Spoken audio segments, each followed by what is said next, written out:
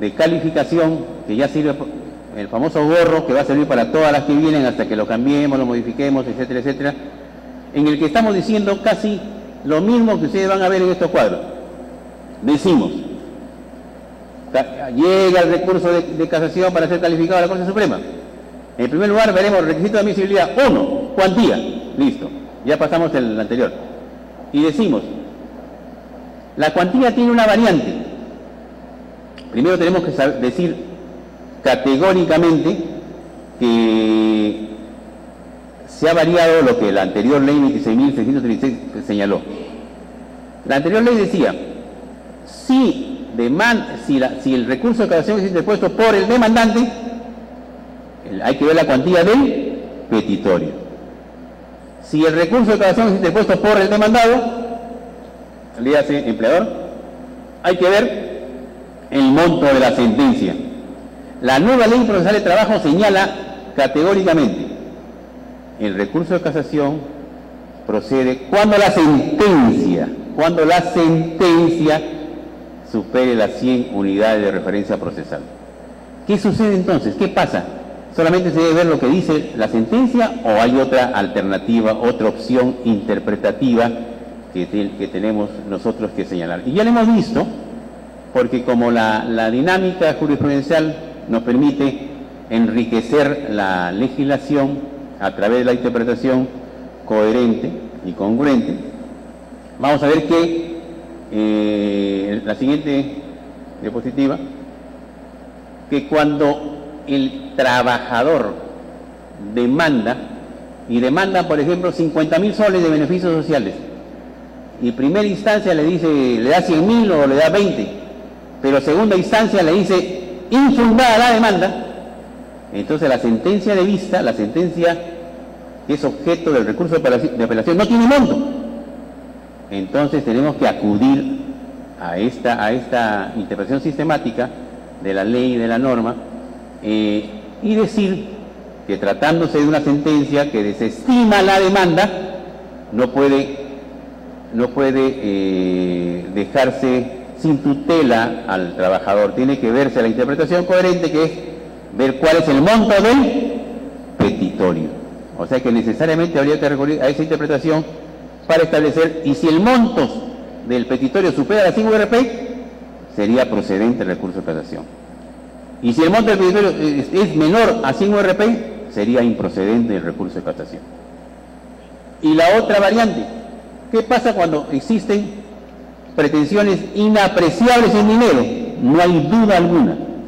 La disposición 11ª o 11ª, como quieran ustedes, dice que cuando exista este supuesto fáctico de una sentencia, de un petitorio inapreciable en dinero, léase reposición, desnaturalización de contrato, etcétera, etcétera, etcétera, no se exige el pago, no se exige una cuantía determinada, y vamos a ver que está vinculado también a la tasa judicial, la veremos más adelante. Y también no se exigirá el requisito de la cuantía cuando exista una pretensión mixta en el que hay una obligación de dar suma de dinero y una pretensión no cuantificable. La siguiente, cuando se trata de, ya habíamos dicho, del requisito de admisibilidad del órgano ante el cual se interpone el recurso. Ya hemos dicho la parte del soporte electrónico, los 3 días hábiles, pero aquí habría que agregar lo siguiente también. Y con motivo de la experiencia que tenemos, la Sala Constitucional, en la cual formo parte, ya sabemos que ve los casos contenciosos, administrativos, que no sean laborales, los casos, todos los procesos agrarios. Tenemos el Código Procesal Civil, la Ley 2584, la nueva Ley Procesal de Trabajo. Tenemos la experiencia de estos procesos y sabemos que por error o sin querer queriendo hay algunos recursos que se presentan, como dice la Ley 29.364, que puede presentarse el recurso de casación en la Corte Superior o en la Corte Suprema, Y hay casos en que se presentan recursos de casación en la Corte Superior y además en la Corte Suprema, para tener dos opciones. Y hemos visto estos casos de mala fe procesal, que son sancionables. Como la nueva ley, como su nombre lo indica, es nueva, es novedosa, muchos van a presentar, seguramente por error, recurso de casación ante la Corte Suprema. ¿Qué hacer ante esa circunstancia? Ya vamos a definirlo seguramente con la resolución correspondiente, pero va a existir esa posibilidad abierta. La ley exige que se presente ante la Corte Superior respectiva, quien debe elevarlo.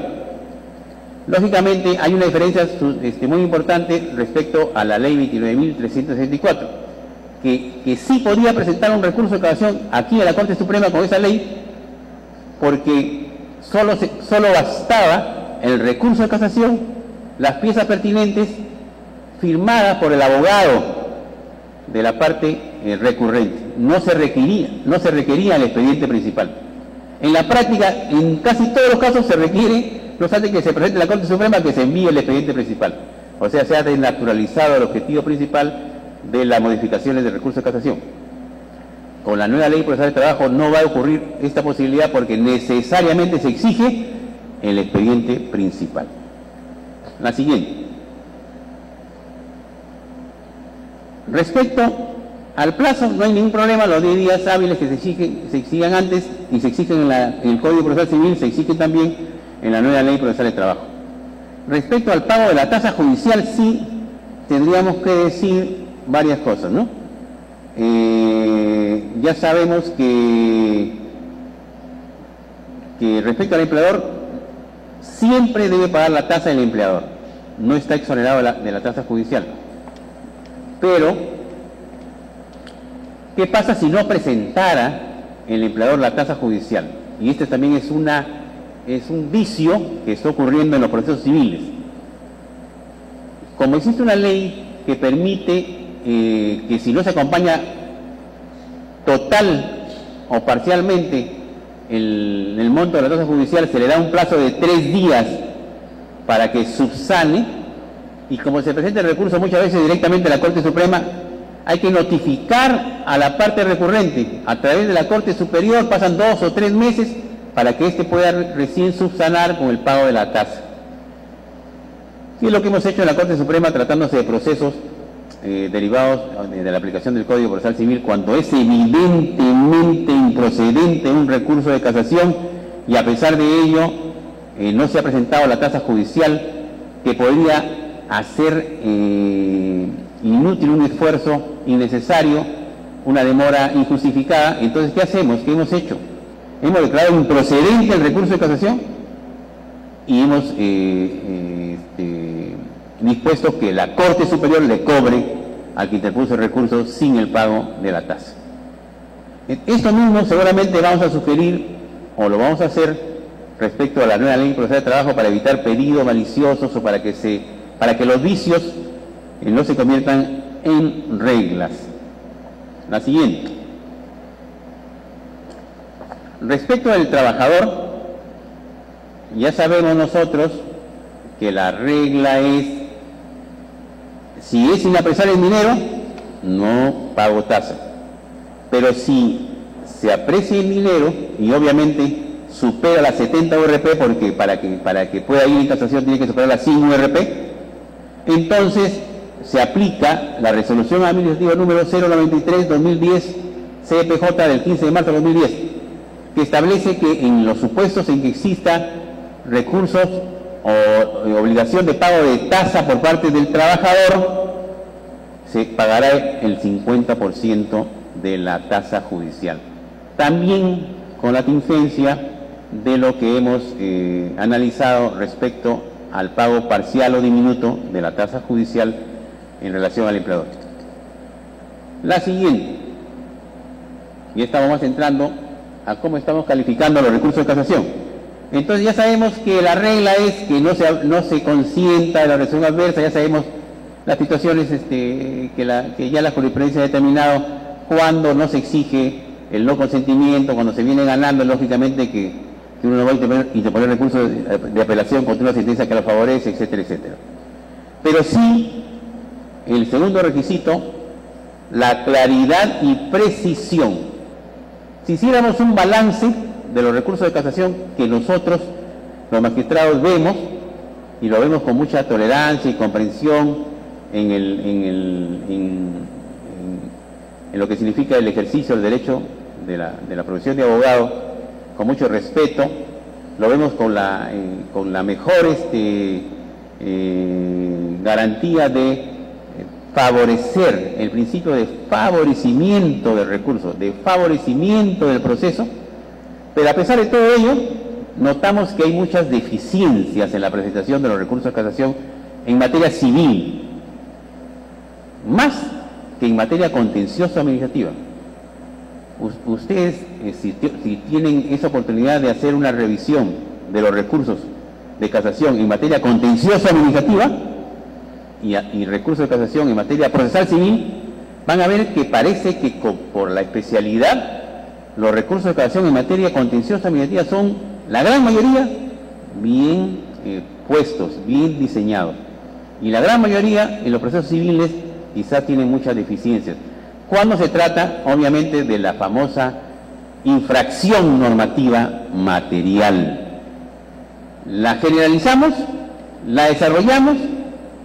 ¿Qué hacemos? Decimos que se ha infraccionado el artículo tal del Código Civil, la Ley Orgánica del Poder Judicial. ¿Cómo desarrollamos? Decimos que se ha inaplicado, que se ha aplicado indebidamente, que se ha interpretado, no decimos nada. Esas dudas todavía están presentes en una gran cantidad de recursos de casación y seguramente van a ser superadas hoy día con la exposición del doctor Vinatea, que está en esta comisión precisamente de propuestas modificatorias del recurso de casación, porque hay deficiencias de tipo de interpretación incluso de la misma norma. Claridad y precisión. Y además, que es también parte de esta claridad y precisión, cómo incide esta infracción en la decisión judicial, que es un poco, cada abogado tiene tiene su estilo. El asunto es que sea comprensible, claro, preciso y que sea para los efectos de que se pueda aceptar la procedencia. Otro alto porcentaje de recursos de casación que llegan a la Corte Suprema, por decir del 100%, un 40% no precisa si su pedido es anulatorio o revocatorio. Tenemos que suplir muchas veces esta omisión y deficiencia y no ser estrictos en rechazar un recurso que no cumple con esta pretensión impugnatoria, que es una necesidad hacerlo, pero comprendemos que todavía no ha sido muy digerida la normativa procesal al respecto. Pero es muy importante que se conozca que este es un requisito también planteado en la nueva ley procesal de trabajo, porque va a permitir que la sentencia definitiva vaya a ser primero, la pretensión principal es de carácter anulatorio y la subordinada de carácter de revocación. Allí también existen dudas en la manera como se plantea la pretensión impugnatoria revocatoria y cómo se resuelve también por la Corte Suprema, que es materia de otros comentarios. La siguiente diapositiva. Aquí tenemos esa pregunta que formulé al inicio de esta exposición. Como ya se consiguió que la nueva ley procesal de trabajo equipare, iguale las reglas y requisitos que estableció el Código Procesal Civil, en la que había requisitos de infracción normativa material y procesal que permitían al recurrente ampararse en normas materiales o procesales,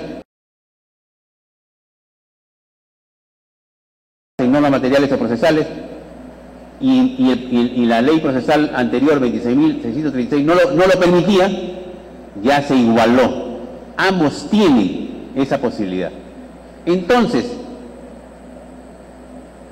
si ambos tienen esa posibilidad, ¿por qué, pregunto en voz alta, para que nuestros distinguidos invitados analicen, reflexionen, propongan, si ese principio de igualdad ha equiparado en las fuerzas de las partes en la presentación de los recursos, ¿por qué? ¿Cuál fue la finalidad que ya se utilizó? Lo hemos hecho en unos poquísimos casos, pero lo hemos hecho acá en nuestra sala. ¿Por qué se permite la procedencia excepcional según el diseño de la norma contemplada en el artículo 392A del Código Procesal Civil modificado por la Ley 29.364? Si se permite en el Código Procesal Civil, ¿podrá permitirse en la nueva Ley Procesal de Trabajo? ¿O no será necesario citar al Código Procesal Civil como se hacía en unos casos, sino volver a citar a la Constitución cuando se vea en una situación que exija una causal no planteada por la parte? ¿Se podrá? ¿Se deberá? ¿Deberíamos ser estrictos, restrictivos o deberíamos ser amplios?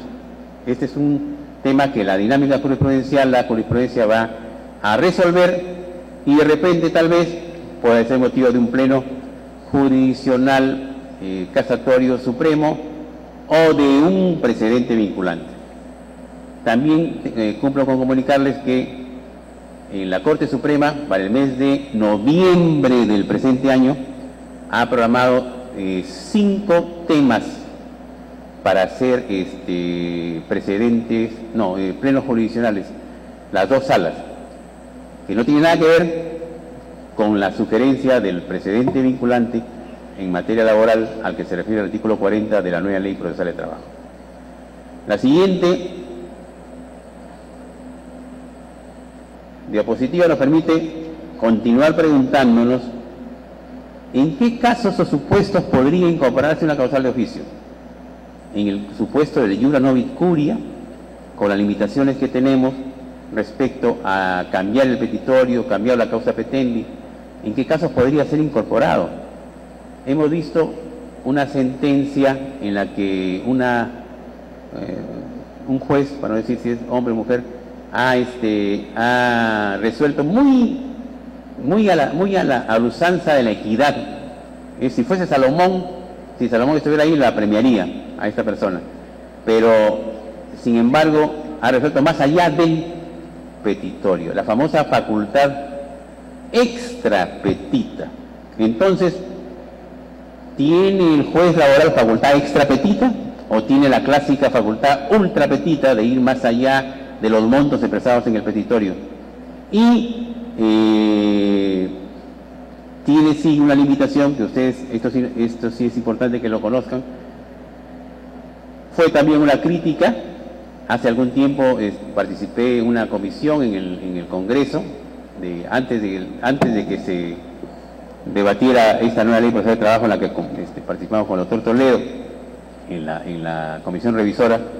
Hubo una comisión en el Congreso en la que un anterior proyecto planteado por el doctor Francisco Gómez, entre el doctor Estelía Mantero, propusieron que no existieran, que ya la Corte Suprema no tenga esa capacidad ni facultad de anular las resoluciones judiciales de los jueces para decir que se ordene una nueva prueba. O sea, la facultad de oficio ya está prohibida a nivel de la Corte Suprema respecto al mandato, disposición o directiva para que se haga, evalúe o disponga una nueva prueba, según lo dice el artículo 22 de esta nueva Ley Procesal de Trabajo.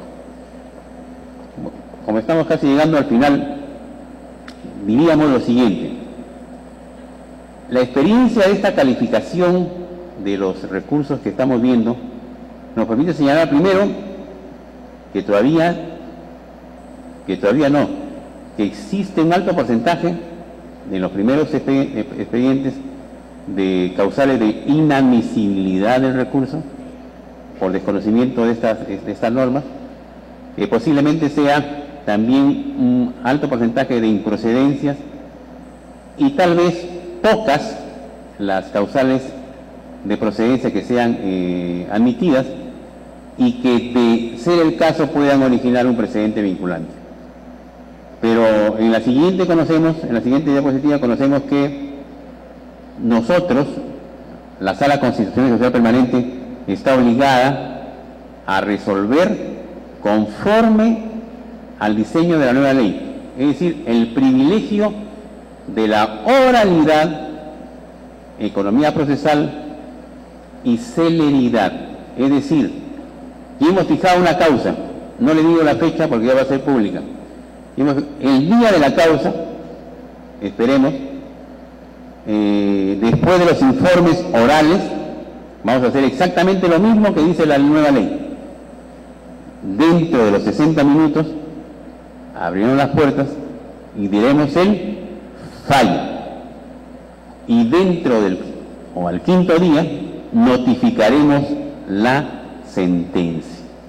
Esa será, espero, la conclusión del proceso laboral cuando llegue a la Corte Suprema, y tenemos que cuidar que estén reunidos todos los requisitos, que estén digeridos todos los medios de prueba, actuados.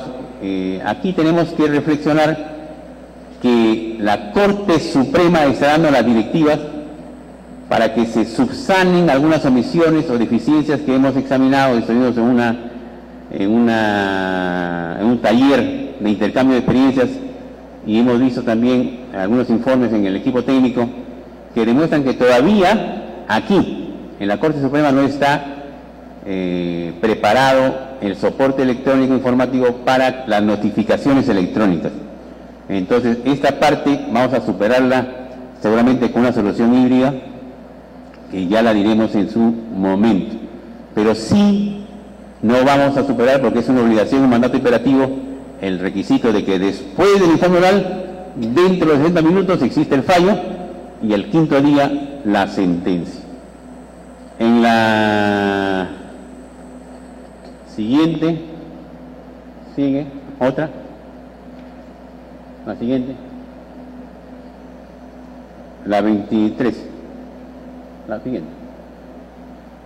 En este caso también vamos a tratar de que las resoluciones judiciales, las primeras que se emitan con la nueva ley procesal de trabajo, tengan una estructura distinta a las que han venido siendo expedidas por el órgano colegiado. Hay que preparar, digamos, la resolución para que sea digerible no solamente desde el punto de vista de la lectura, la comprensión y la publicidad, porque también va a ser lógicamente conocida por los medios digitales. Y finalmente,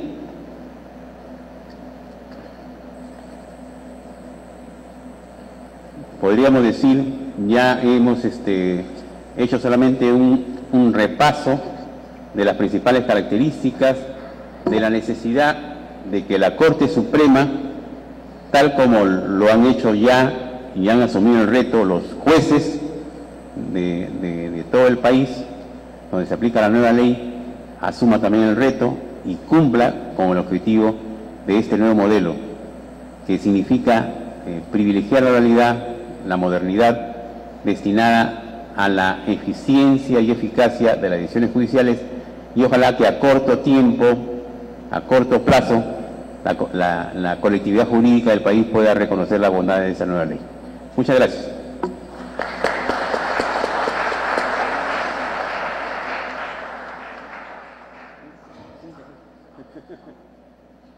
Agradecemos la exposición del doctor Acevedo Mena y quedamos a las preguntas que tengan a bien formular.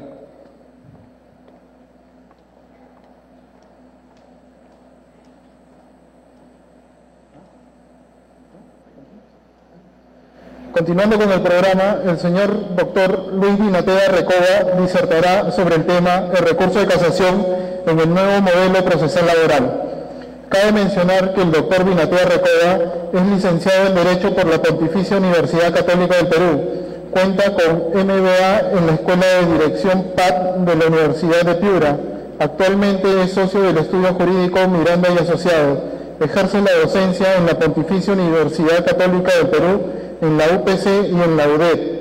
Autor de diversas obras, destacándose la guía laboral y discriminación por razón de género. Asimismo, se ha desempeñado como integrante de la comisión que preparó el anteproyecto de la Ley Procesal del Trabajo, integrante de la Comisión de Homologación de Remuneraciones de los Docentes Universitarios. Sin mayor preámbulo, le damos la bienvenida.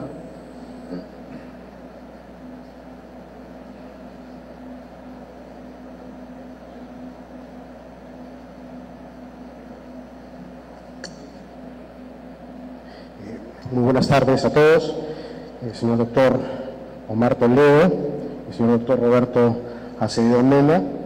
En primer lugar, agradecerles por la gentil invitación para participar en este evento y en segundo lugar, a decirles que la idea de esta presentación es hacerles algunos comentarios relacionados con la nueva regulación de la casación en la nueva Ley Procesal del Trabajo y, de algún modo, los fundamentos que están detrás de esto, quizás un poco para complementar la excelente exposición que ha hecho el doctor Roberto Acevedo. De verdad, para quienes hemos participado, y ellos también lo han hecho conmigo en este proceso de formulación y de revisión del proyecto, es una enorme satisfacción ver el grado de interés y sobre todo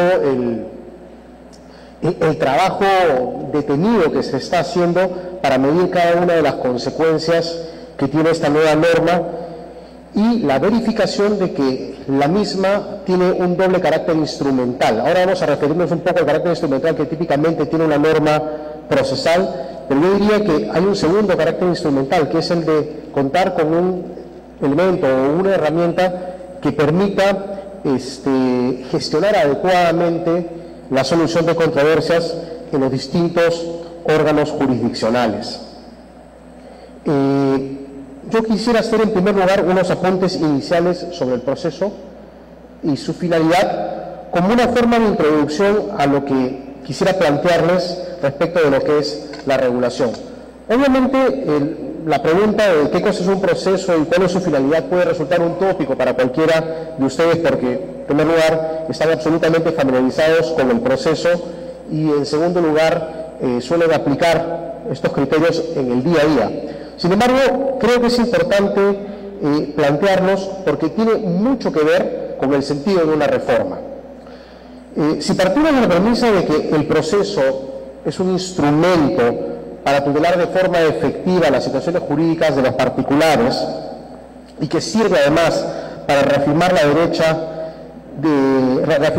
vigencia del derecho objetivo y alcanzar la paz social en justicia, nos vamos a encontrar con que en el fondo esta, finalidad del proceso tiene mucho que ver con un carácter instrumental que ha sido muchas veces soslayado, incluso yo diría que hasta minimizado, ¿no?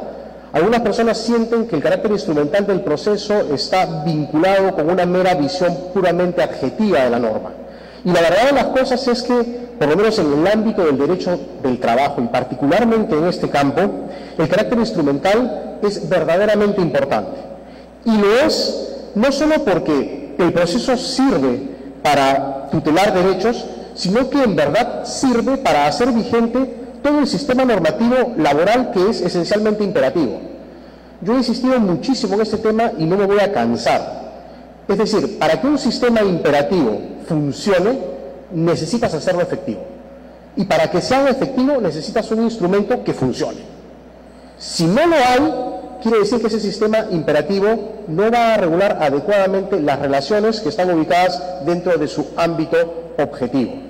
Es decir, el carácter instrumental del proceso es consustancial al grado de imperatividad de un sistema normativo. Y en el caso del derecho del trabajo, eso funciona de manera absolutamente palpable.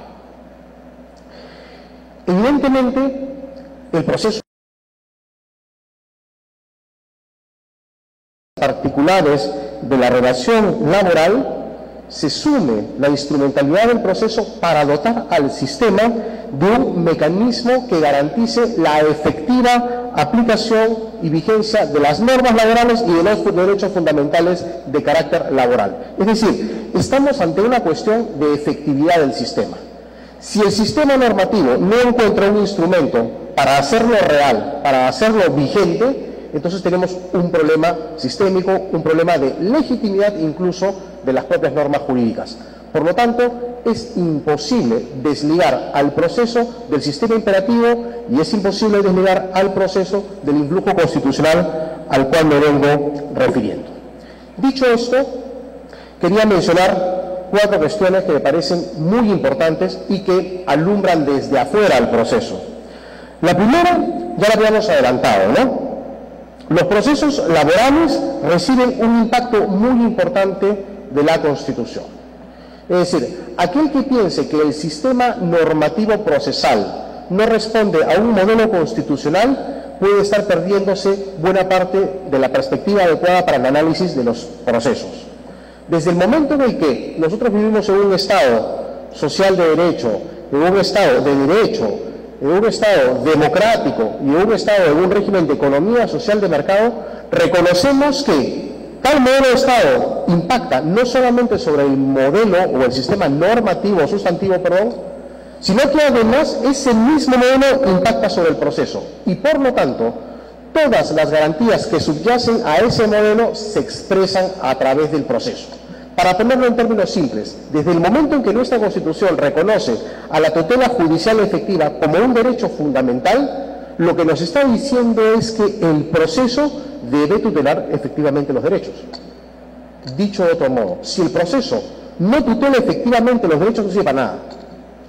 Lo que quiere decir que el Estado debe instrumentar mecanismos para lograrlo e incluso la propia actividad jurisdiccional debe ir regida por ese principio. Esto significa que muchos de ustedes, magistrados, en el día a día deben actuar en función de la obtención de este derecho reconocido a los justiciables. Hay un derecho y un deber para el Estado. Lo segundo es que el proceso laboral, como cualquier proceso, está absolutamente influenciado por una garantía básica que es el debido proceso. Hay muchísimas manifestaciones del debido proceso, las vamos a ver muy rápidamente, pero yo diría que la principal regla de debido proceso es la igualdad. Quiere decir esto que en un proceso deben existir mecanismos que permitan iguales posibilidades de ataque y defensa para las partes. Las hay para el empleador, las deben haber similares para el trabajador y viceversa, de forma tal que, en términos de igualdad, se pueda proceder a un sistema de aplicación de la norma jurídica que otorga a las partes exactamente las mismas posibilidades.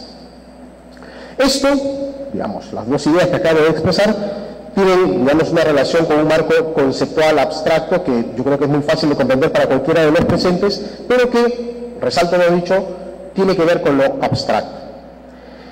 En el plano más pragmático, el tercer factor que me parece que incide notablemente en el proceso y también en la casación es el efecto multiplicador de los conflictos laborales. Para cualquiera de los presentes no escapa la idea de que un conflicto laboral tiene un efecto multiplicador por ocurrir dentro de la empresa, que es el espacio típico para la ocurrencia de la relación de trabajo.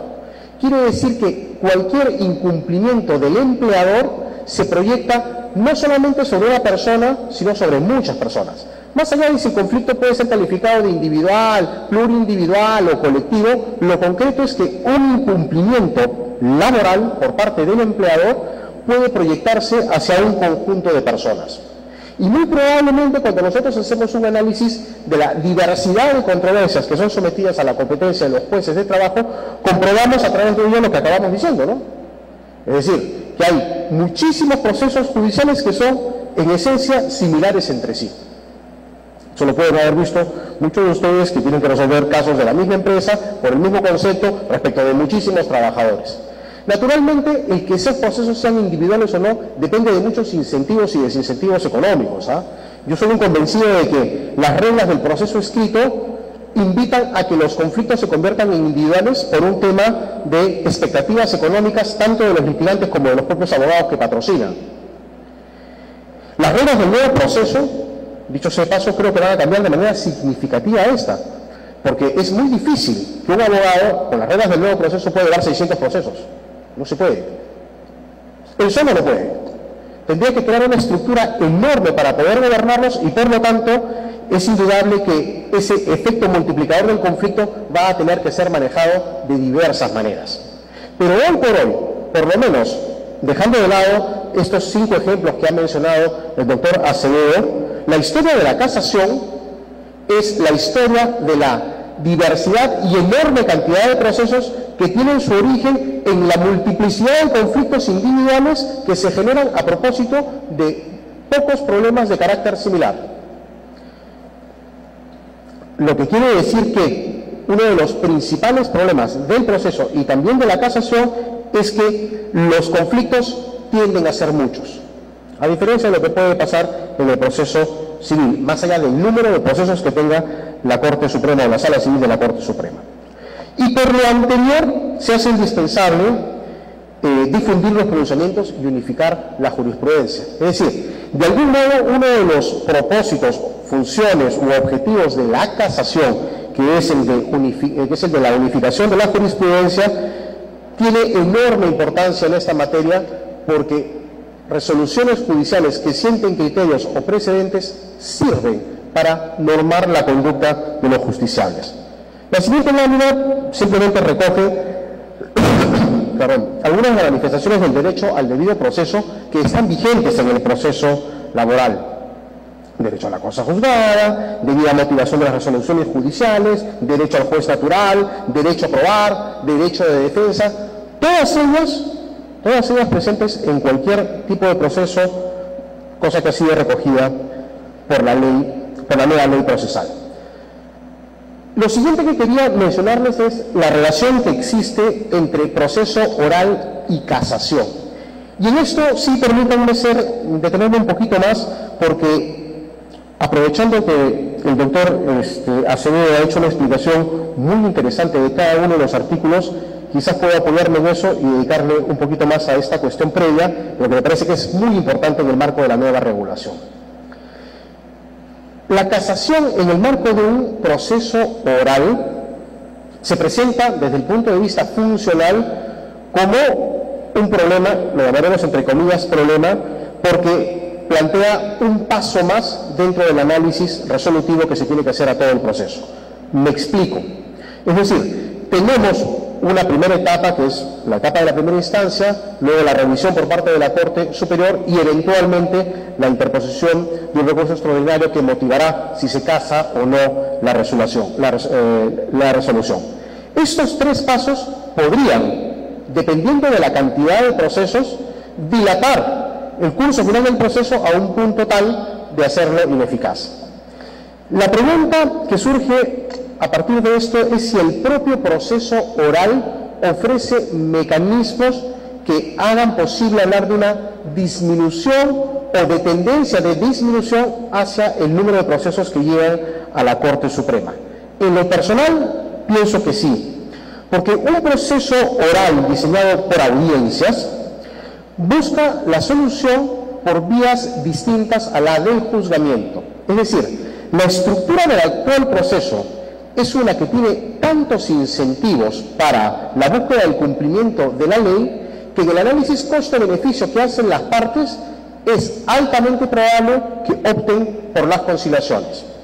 De hecho, aun cuando creo que el esfuerzo todavía está por hacerse, el número de conciliaciones al cual se está llegando en los nuevos procesos es bastante más alto, yo diría que significativamente más alto que el que había en el sistema de la antigua ley procesal del trabajo. Y la razón es muy simple: el conjunto de incentivos que hay en una norma respecto de la otra es mayor. Mi propia experiencia procesal en los últimos meses en relación a la nueva ley en distintos lugares, llámese Arequipa, llámese Trujillo, Chiclayo y Cusco en algún caso, me ha llevado a esa conclusión. En la gran mayoría de los casos, los empleadores han estado optando por soluciones conciliatorias al verificar que el proceso de aplicación de su posición legal en el marco de este nuevo proceso era, en muchos casos, insostenible. Es decir, la sola dinámica de funcionamiento del proceso los ha llevado a concluir que más conveniente es el arreglo que esperar la resolución de primera instancia o eventualmente la confirmatoria en segunda instancia, con el agravante, ya adelantado por el doctor Acevedo, de que el recurso de casación, si es interpuesto por ellos, y en caso de que la cuantía lo permita además, tendría que venir garantizado o bien por una conciliación o por una carta fianza. Es decir, cuando esos empleadores hacen el análisis proyectado de lo que va a ocurrir en el proceso, optan y encuentran más incentivos para solucionar la controversia. Eso determina una cosa que es muy importante en la dinámica de análisis de la casación: menos procesos. Primera cuestión. Segunda, y probablemente menos advertida, las reglas de legitimación extraordinaria previstas por la ley buscan la congregación de los procesos. Digo que es menos inadvertida porque en la práctica la mayoría de conflictos que se están presentando son conflictos individuales. Yo hace poco le preguntaba a un abogado en Arequipa que está llevando procesos con la nueva ley. Le pregunté, ¿y cuántos procesos tienes? Y él orgulloso me contestó, 150. Y dije, qué horror, ¿no? Si tiene 150 procesos, no me imagino cómo los puede estar llevando, porque es muy complejo, en los términos de esta nueva ley, llevar 150 procesos solo, y yo sabía que trabajaba solo. Esta persona, además, estaba asesorando 150 procesos, de los cuales por lo menos 60 eran iguales. Y llamaba la atención el que no hubiera utilizado un mecanismo de legitimación extraordinaria para congregarnos todos y hablar de un solo proceso que represente los intereses de un colectivo de personas. Esto, digamos, es un mecanismo que tiene la ley y que bien utilizado tiene un impacto muy importante en términos de resolución de número de procesos. Claro, cuando este abogado comience a nadar en ineficiencias y además en resultados adversos, probablemente entienda, digamos de manera un poco brutal, que es necesario reorganizar y reenfocar su estrategia de trabajo profesional. Pero es indudable que un proceso oral que dedica mucho más tiempo al análisis de los hechos y que es un proceso de audiencias, en donde la principal es la de juzgamiento, apunta específicamente a, o bien en primer caso, solucionar vía conciliaciones, o bien congregar casos si es que el conflicto afecta a muchas personas. Por eso es que decía al principio que el efecto multiplicador de los conflictos laborales tiene en las reglas de legitimación planteadas por la ley una solución. En tercer lugar, la dinámica de juzgamiento en la oralidad, que tiene su base principal en la audiencia de juzgamiento, que es fundamentalmente una audiencia sobre hechos, facilita que la casación se centre en dos cuestiones claves: la infracción normativa o el análisis del apartamiento o no de un precedente jurisprudencial. Esto, que probablemente pueda resultar curioso porque la ley anterior sugería algo similar, más allá de si se ponían reglas de aplicación debida o indebida de la ley o inaplicación, como advertía el doctor Acevedo, en el nuevo proceso nos lleva a que el análisis que se hace en la audiencia de juzgamiento respecto de los hechos sea en sí mismo tan exhaustivo que finalmente concluye en una, valga la redundancia, en una conclusión sobre hechos, respecto de los cuales se va a tener que hacer el análisis de aplicación de la norma jurídica. Allí probablemente surjan los problemas de si la norma está debidamente aplicada, si está erróneamente o no interpretada, o si está mal aplicada. Pero en cualquiera de los casos, ya estamos frente a un problema estrictamente normativo o ante un análisis de si hay apartamiento o no de la jurisprudencia.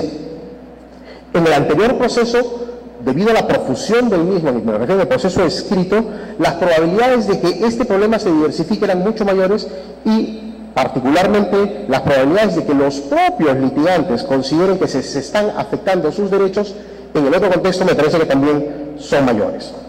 En cuarto lugar, y esto ya de cara a las reglas de debido proceso, el rol prevalente del juez en su papel de director del proceso tiene una, digamos, preponderancia muy grande. No se trata simplemente de que el juez sea el director del proceso, sino de que lo dirija realmente. Y es que el hecho de que la norma no haya previsto una serie de supuestos ni haya sometido a una... Y esto ya de cara a las reglas de debido proceso, el rol prevalente del juez en su papel de director del proceso tiene una, digamos, preponderancia muy grande. No se trata simplemente de que el juez sea el director del proceso, sino de que lo dirija realmente.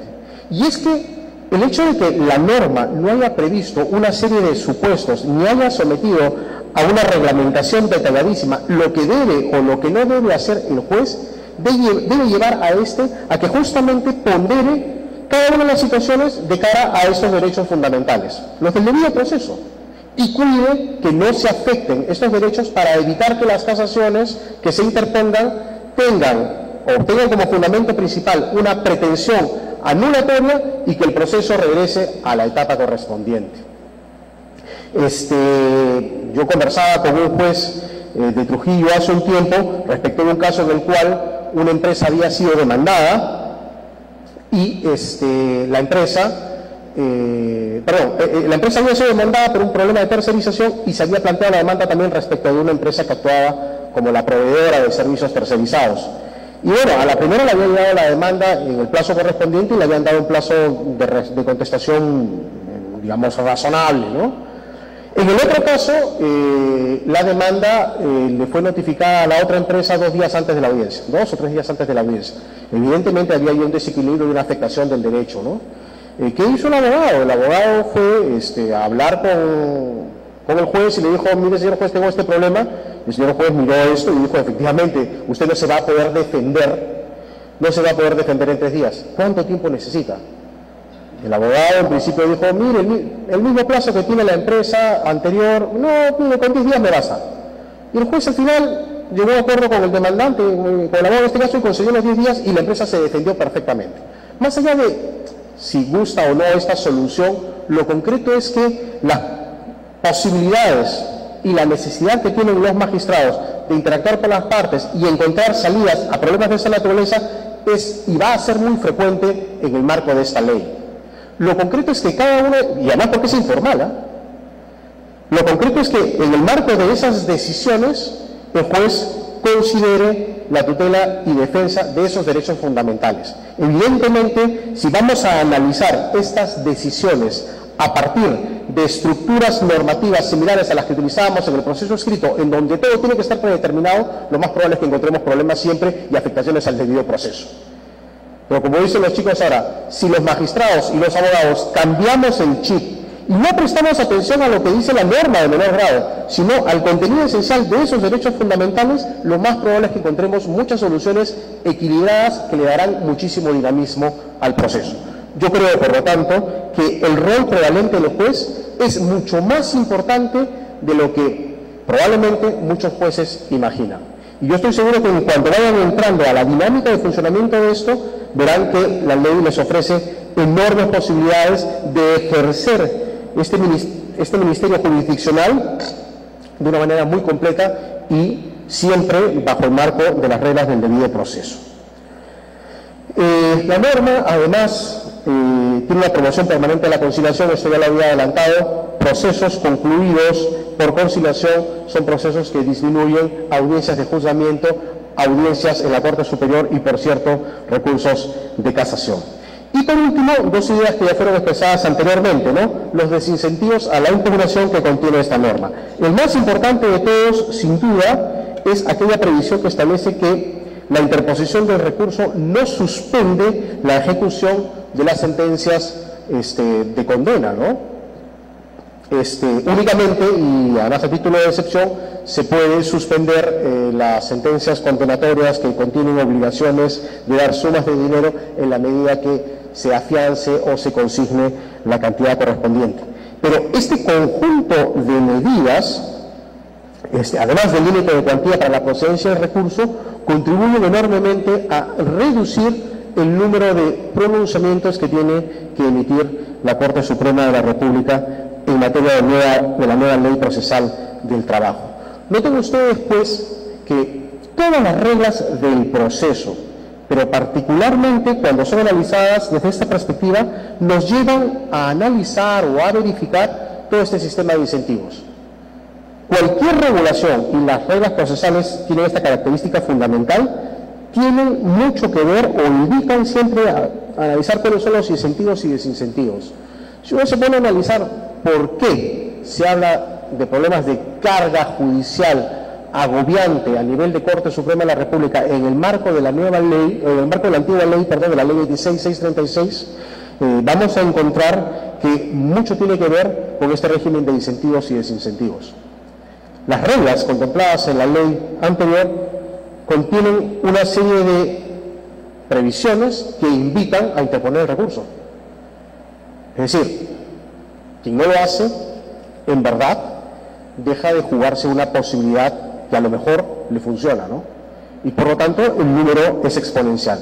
Esta nueva norma más bien tiene lo contrario, lo que no quiere decir que se vayan a reducir todas las casaciones, porque de hecho ya estamos hablando de 20 o 29 casaciones interpuestas desde la fecha de interposición de la norma, pero probablemente dentro del contexto de un número de procesos que no han llegado a la casación, bien porque se solucionaron por la vía de la conciliación, bien porque han merecido pronunciamientos que no han sido impugnados porque no se hace, digamos, no se quiere presentar las fianzas o porque simplemente se ha clarificado el punto de una manera tal que se hace innecesaria la interposición del recurso de casación. Una última cuestión en relación a esta idea de incentivos y desincentivos.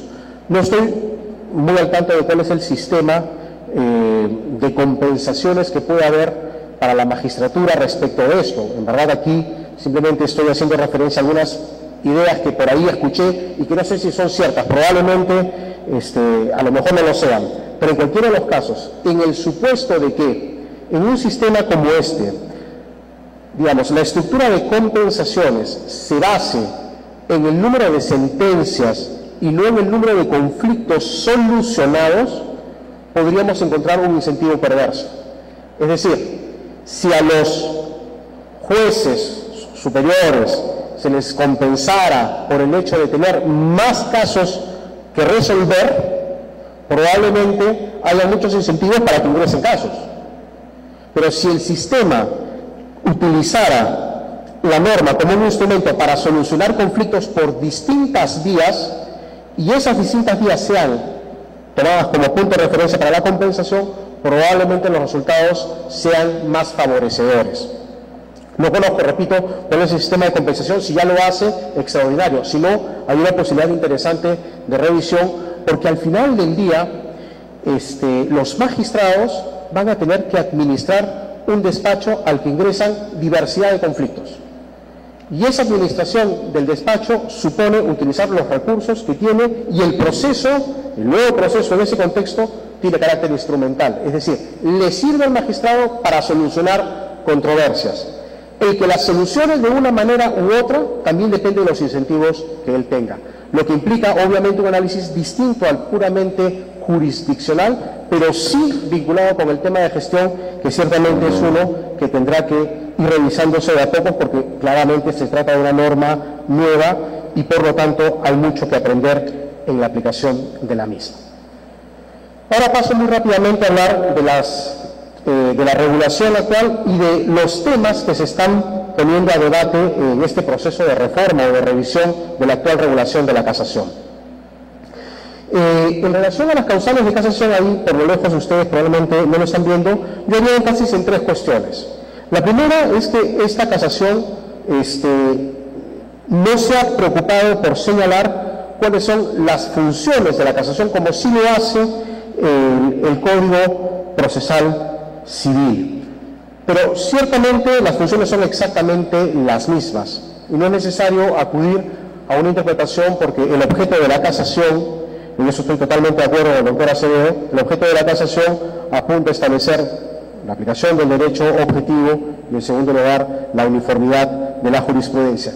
Y es por esa razón que las causales de la casación son de dos tipos: las vinculadas a infracciones normativas que incidan directamente sobre la decisión contenida en una resolución, y en segundo lugar el apartamiento de los precedentes vinculantes dictados por el Tribunal Constitucional o la Corte Suprema de la República, en este caso la Sala Constitucional.